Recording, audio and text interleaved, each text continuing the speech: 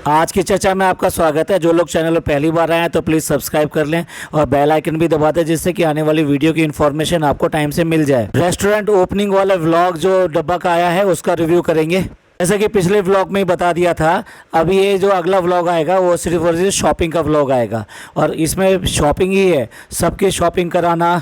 Shopping एक बार में तो हो ही नहीं सकती, तो इसलिए वो तो कई बार जाना पड़ेगा। तो शॉपिंग कराना और एक छोटा सा प्रैंक खेलना, बस यही इसके व्लॉग की ना हाईलाइट है। नॉर्मली जो है पिज़्ज़ा को नेगलेक्ट करते हैं और उसकी जो जितनी भी कपड़े लेने हो, कुछ भी लेने हो, तो वो मॉल वगैरह में ना जाकर ऐसे ही दिला दिए जाते हैं। और देखिए अब वो क्या है, वो बड़ी हो रही है, जैसा कि हम कहते हैं बार बार, वो बड़ी हो रही है, लेकिन वो एक ही टाइप के कपड़े पहनती है जो कि वन पीस होते हैं। तो उसको प्रॉब्लम है कि वन पीस वो नहीं पहनना चाहती। रीज़न ये है कि ना अब वो बाहर जाती है। बाहर जाने का मतलब पहले जाती थी स्कूल जाती थी, स्कूल में अपने आप हमेशा एक यूनिफॉर्म होती है, लेकिन अभी क्या है, वो स्कूल के साथ साथ जो उसका सो कॉल्ड कॉलेज कह लीजिए आप उसको, वो कॉलेज के साथ साथ अब वो जाती है कोचिंग। कोचिंग में फ्री होता है, फ्री कोचिंग के लिए कोई ऐसा ड्रेस वगैरह ड्रेस कोड नहीं होता है नॉर्मली। तो वहाँ उसकी जो साथ के पढ़ने वाली हैं या उसके फ्रेंड्स वगैरह हैं, वो सारे और तरीके के कपड़े पहन कर आते हैं। दूसरी एक बात और भी है, थोड़ा सा इस बात का भी फ़र्क होता है कि बॉडी स्ट्रक्चर क्या है, इसका थोड़ा हैवी है, तो उसकी वजह से ये सारी शायद ऐसे ही कपड़े पहनती रही है। तो वहाँ पर तो सब तरह के कपड़े पहन के आते होंगे, जीन्स पहन के आते होंगे, बाकी चीज़ें पहन के आते होंगे, तो इसको ऑकवर्ड लगता होगा और सम टाइम हो सकता है किसी ने इसको टोका भी हो इस बात के लिए। Now she wants to change, लेकिन इसके लिए ना डब्बा को थोड़ा ऑब्जेक्शन था कि नहीं नहीं नहीं वो ही ठीक है और वो ठीक नहीं है जो तुम करोगे। तो वो अब वो कह रही है इस बात को कि भाई मेरे को वन पीस नहीं पहनना है, मेरे को टू पीस पहनना है। थोड़ा बहुत ऐसा है, उसने अपनी डाइटिंग और ये सब से थोड़ा बहुत फ़र्क तो आया है उसके ऊपर। अदरवाइज़ आप ध्यान से देखें तो उससे ना बच्चे से बैठा भी नहीं जाता है, और जब भी उसको ज़मीन पे बैठे हुए देखेंगे तो प्रॉपर आलती पालती मार के नहीं बैठ पाती, वो पैरों को फैला कर बैठती है, क्योंकि उससे ठीक से बैठा भी नहीं जाता है। तो इसलिए वो चाहती है कि उसके ड्रेस का जो तरीका है, जो स्टाइल है, वो चीज़ चेंज हो जाए। सेकेंडली अब वो भी चाहती है कि भाई उसके जो कपड़े हैं वो मॉल से आएँ, वो इस तरह से सड़क से या ऐसी वैसी दुकानों से ना आए। इसीलिए उसने इंसिस्ट किया था कि भाई इस बार मैं कपड़े जो लूँगी वो मॉल से लूँगी।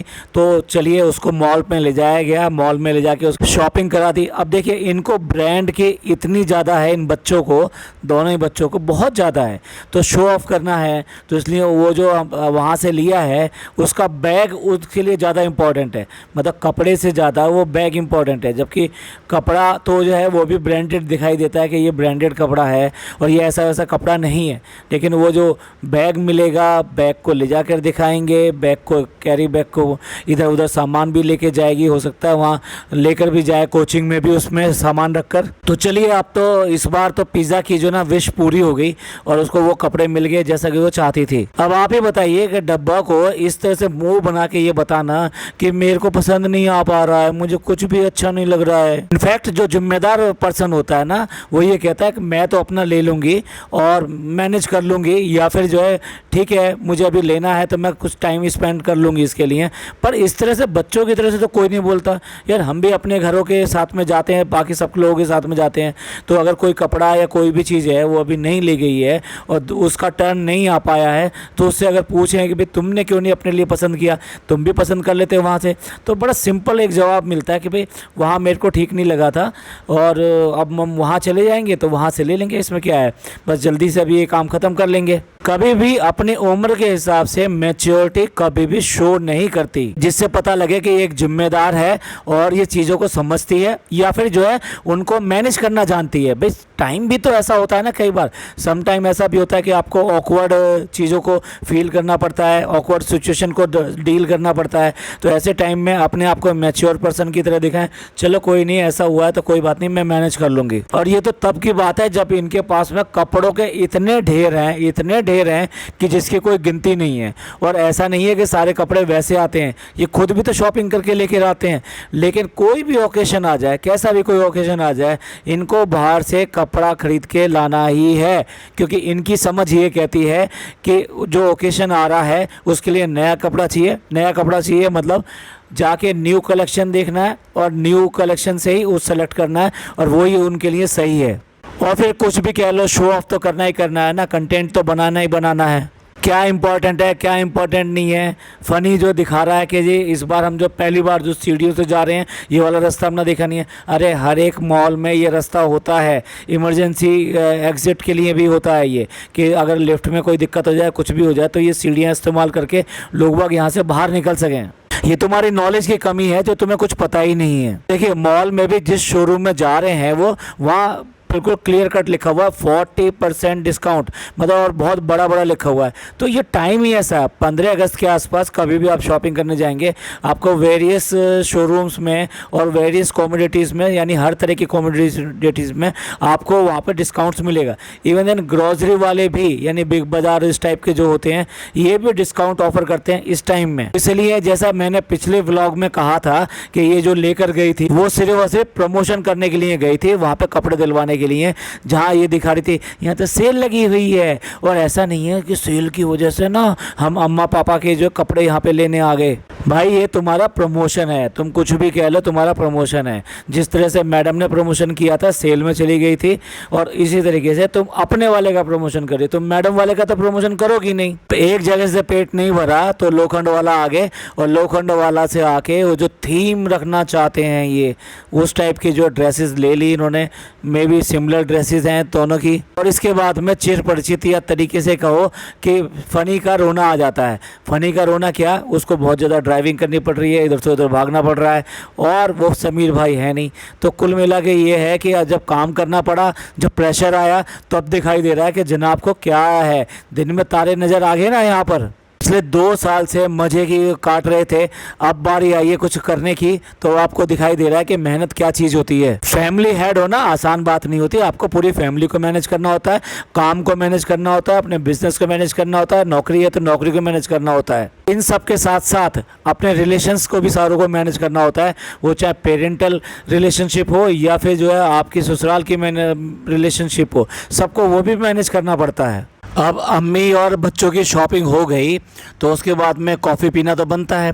अब ये जो कॉफ़ी पी जा रही है ये शुगर फ्री है या वैसी है, थोड़ा आपने बताया नहीं। वैसे भी जो सीड थेरेपी और ये सब जो कर रहे थे वो तो बंद हो गई होगी, क्योंकि वो तो सिर्फ और सिर्फ व्लॉग के लिए थी, और उसके बाद में तो ना उसका जिक्र आएगा ना वो की जाएगी, बस ऐसी हवा में सारी चीज़ें उड़ा दी जाती हैं। और फिर आके हेल्थ का रोना भी शुरू कर देते हैं। तो अब जो है फ़नी की बारी आई कि फ़नी को क्या पहनना चाहिए। उसने कहा कुर्ता पजामा, लेकिन वो इंसिस्ट कर रही है कि नहीं उसको सूटेड बूटेड रहना चाहिए या ब्लेज़र वगैरह पहनना चाहिए। अब बात आ गई व्यूवर्स की, व्यूवर्स को अब सवाल का जवाब देना है, व्यूवर्स को कहना है कि भाई क्या चीज़ पहनना उसके लिए ठीक है। और इसके लिए एक स्टोरी भी लगाई है, 2 फ़ोटो भी उसने क्लिक की हैं उसमें। वहाँ पर एक पुराना फ़ोटो जब वो शादी हुई थी, शादी के टाइम पे जबकि फ़नी ने सूट पहन रखा है और कुर्ता पजामा तो आम ये पहनता ही पहनता है, तो दोनों के दोनों फ़ोटो भी लगा रखे हैं कि कौन सा अच्छा है। तो अब भाई व्यूवर्स डिसाइड करेंगे, क्योंकि व्यूवर्स से कमेंट चाहिए, व्यूज़ चाहिए, सब कुछ चाहिए। तो इसलिए कोई ना कोई ऐसे क्वेश्चन, आसान सा क्वेश्चन, बिल्कुल कौन बनेगा करोड़पति वाला नहीं। और व्यूवर्स हैं कि वो बिजी हो जाते हैं, अरे यार ये तो बताना, अभी उसने पूछा है तो सबसे पहले उसी के ऊपर आंसर देते हैं। क्या है कि वो अभी तक भी इसको समझ नहीं पाए हैं कि ये है क्या। वापस आके घर का एक सीन दिखाया है उसने कि हम आ गए इसी तरीके से। अब यहाँ पर नोट कीजिए, यहाँ पर जो फ़नी है वो अपनी मदर के गोदी में सर रखकर लेटा हुआ है। अब सच बताइएगा व्यूवर्स, ये वाला सीन देख के आपको कैसा लगा, आपको अच्छा लगा कि नहीं लगा। देखिए माँ के इस गोदी में सर रख के लेटना या सोना, ये इतनी बड़ी किस्मत वाली बात है कि बहुत बड़ी किस्मत वाली बात है। जिस चीज़ से ये आदमी महरूम है, जिसको ये समझता है कि नहीं हमारे मम्मी पापा खुश हैं, हम खुश हैं, तो हमको क्या प्रॉब्लम है। भाई सही खुशी बच्चों की तब मिलती है जब वो बच्चे उनके पास रहकर उनके साथ कुछ टाइम बिताते हैं।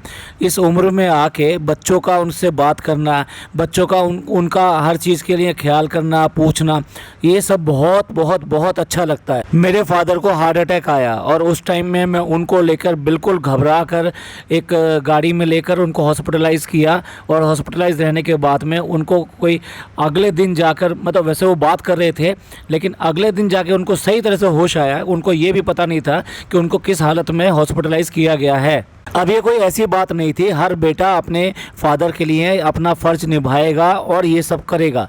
लेकिन वहाँ से हॉस्पिटल से आने के बाद में मेरे फादर ने मेरे को इतना प्यार किया, इतना इस बात के लिए समझा कि भी अब मेरे बच्चे बड़े हो गए हैं और मेरे बच्चे पूरी तरह से जिम्मेदारी उठाने लायक हो गए हैं और वो जिम्मेदारी उठाते हैं। क्या ये सुख इनके माँ बाप को नहीं नसीब होगा?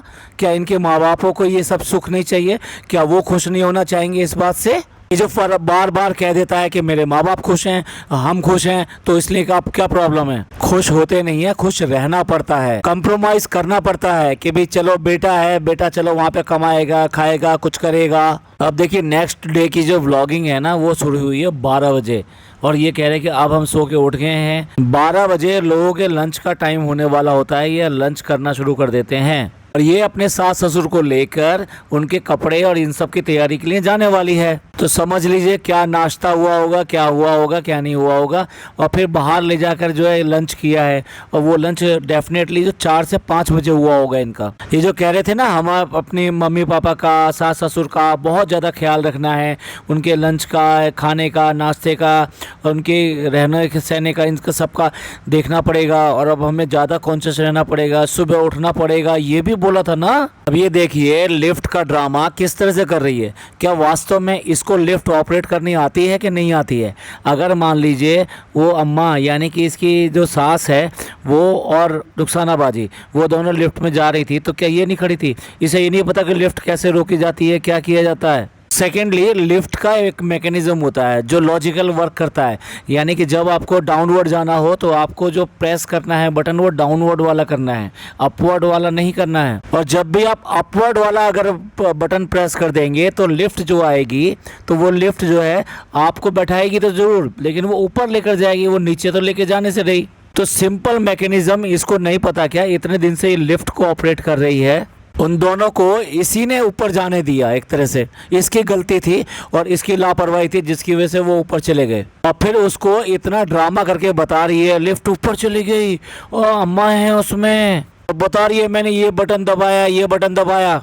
बेसिक गलती तो सबसे पहले कर दी तुमने, बटन दबाने के लिए जिससे कि लिफ्ट बुलाई जाती है, सबसे पहले बेसिक गलती तो वहीं कर दी।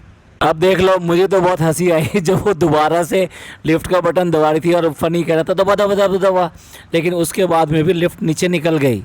भाई इसीलिए कहते हैं पढ़ाई लिखाई होना बहुत ज़रूरी होता है। ऐसा नहीं है सब चीज़ें दिलों से नहीं चलती हैं। लिफ्ट की ऑपरेशन जो है ना वो दिलों से नहीं चलते हैं, वो पढ़ाई लिखाई से चलते हैं। अगर आपको पढ़ाई लिखाई होती, आपको थोड़ा तमीज़ होती इन बातों की कि कौन सा चीज़ें कैसे ऑपरेट होती हैं, कैसे मैकेनिज़्म उसका वर्क करता है, तो आप बेटर वे में उसको ऑपरेट कर पाते। मैं ये नहीं कह रहा कि लिफ्ट का पढ़ना ज़रूरी है कि लिफ्ट काम कैसे कर रही है, आई मीन क्या मैकेनिज़्म उसके अंदर लगा हुआ जिससे वो ऊपर नीचे जा रही है, मैं उसकी बात बिल्कुल नहीं कर रहा। मैं सिर्फ और सिर्फ ऑपरेशन की बात कर रहा हूँ, ऑपरेटिंग की बात कर रहा हूँ, चलाने की बात कर रहा हूँ। काफ़ी सारे इनके जो समझदार जो व्यूवर्स हैं ना वो इस बात के लिए लड़ने के लिए आ जाते हैं कि तुमने ऐसी बात करी कैसे, इसलिए मैंने स्पष्ट किया है यहाँ पर। और आखिरकार फिर दोबारा से जो समीर भाई हैं उनको नौकरी पे बुला लिया गया, ड्यूटी पे बुला लिया गया, चाहे उनकी तबीयत ख़राब हो या कुछ भी हो, जबकि सबकी तबीयतें ख़राब चल रही है। अब क्योंकि परेशान हो गया, काम नहीं किया जा रहा, टेंशन आ रही है, तो इसलिए जो ना उनको ज़बरदस्ती बुला लिया गया। पिछले व्लॉग में भी अपने डॉक्टर के पास गई थी तो वहाँ तब वो मिल नहीं पाई थी, तो इस बार जो फिर दोबारा से डॉक्टर के पास आई है और डॉक्टर को दिखा दिया है। जबकि देखो जैसे हमने पिछले व्लॉग में बताया था ये इतना ज़्यादा इंटेंस होती थी और दिखाती थी, मतलब इंटेंस नहीं होती थी, ये दिखाती थी इस बात को। जब भी मौदा से आ रही है सीधे ट्रेन से उतर के डॉक्टर के पास जा रही है। भैया ऐसा कौन जाता है इस तरह से डॉक्टर के पास में? और एक बार हो गया, 2 बार हो गया, हर बार जो यही दिखा रही है कि डॉक्टर के पास सीधे जा रहे हैं, उसके बाद में घर पर आएंगे। असल में क्या है, कुछ ड्रामेबाजी करती है, कुछ चीज़ें छुपानी होती है, उसके लिए ये सब ड्रामेबाजी करती है और इसको हर कोई समझ नहीं पाता। जब भी वहाँ से लड़के भागना होता है, जल्दी भागना होता है, तो इसका बहाना है कि डॉक्टर के जाना है, डॉक्टर के जाना है, डॉक्टर के जाना है। अब आप देख लो कितने दिनों बाद इस बार डॉक्टर की गई है और अगर मिस हो गया उसका टर्न, यानी पिछले व्लॉग में भी दिखाया था उसने, वहाँ पर जो डॉक्टर नहीं मिली थी, तो इस बार भी तो गई है।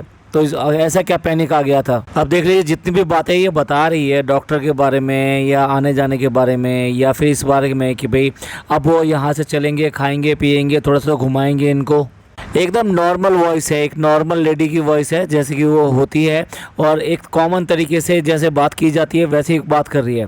लेकिन जब ड्रामा करना होता है तो कितनी छोटी बच्ची बन जाती है। और जब इतने लेट निकले हैं तो फिर खाना भी लेट होगा, तो अब जो है खाना खाने के लिए आ गए।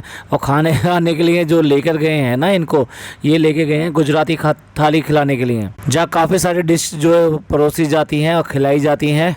नॉर्मली इस तरह की चीज़ें ना, या इस तरह के एक्सपेरिमेंट जो होते हैं वो ये जैसे अम्मी पापा हैं, इसके सास ससुर हैं, इन लोगों को बहुत ज़्यादा मतलब फेवरेबल नहीं होते, या कहिए पसंद नहीं आते, पता नहीं क्यों। मतलब फिर भी उसके बाद में भी ये इस तरीके से उस रेस्टोरेंट में लेके गए।